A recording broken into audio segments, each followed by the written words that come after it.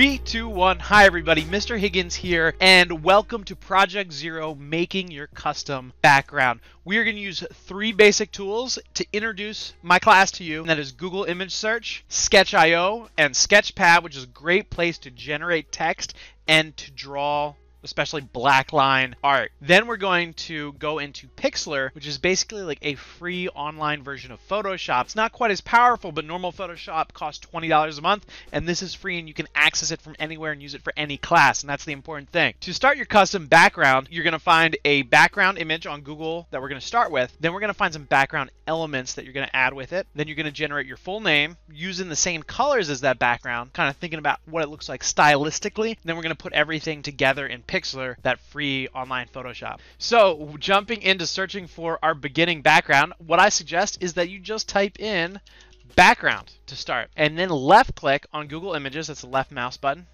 Right click is the right mouse button. And one thing that you'll notice is there's all these suggestions up top here. What we want to do before we start looking for our image though is set its size. And how we do that is we left click on tools, then we left click on size. We go down here to larger than 1000. We want a high quality background and a high quality image. So what we have to do is make sure that it's high res, HD. And if we do larger than 1000, that's only going to show us images that are high quality. So you won't download anything that's really low quality and looks real bad. Once you do that, you can start to mess around with these categories and left click and right click around. All these categories up here do is if you left click them, say I'm going to left click city, now it's going to show me background images of cities. If I left click another one of these that are here, black, white, anime, if I click anime, now city and anime are selected, and it'll show you only backgrounds that have both those keywords. So if I wanted one, I can scroll down here and maybe grab one as my background. I like this one. So notice how it looked really bad right when I clicked it, and it took a little while and then it got sharp again. You'll see that, see how it's looking all pixelated and then it looks good. That's a really important thing to keep in mind. Don't save your image too fast. Make sure it loads, make sure the image looks good before you go to save. And how you go to save is when you after that image loads, you're gonna right click, so it's a right mouse button, the menu will come up here, and we wanna go all the way down to save image as.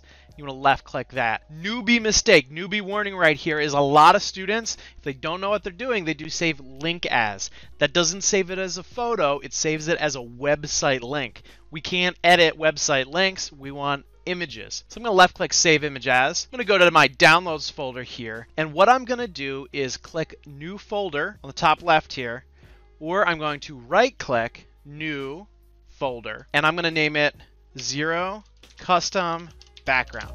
I'm gonna double click in here, and then I want to name my file background or my background, or you could just name it based on your image search. Maybe you have a couple different backgrounds you'd like to try. One thing that I want you to think about when searching for your background is what colors it has, because if you want to do something really stylish, often using the colors that are in your background when you make your text for your name, that'll just look better. So what I'm going to do now is jump over to Sketch.io.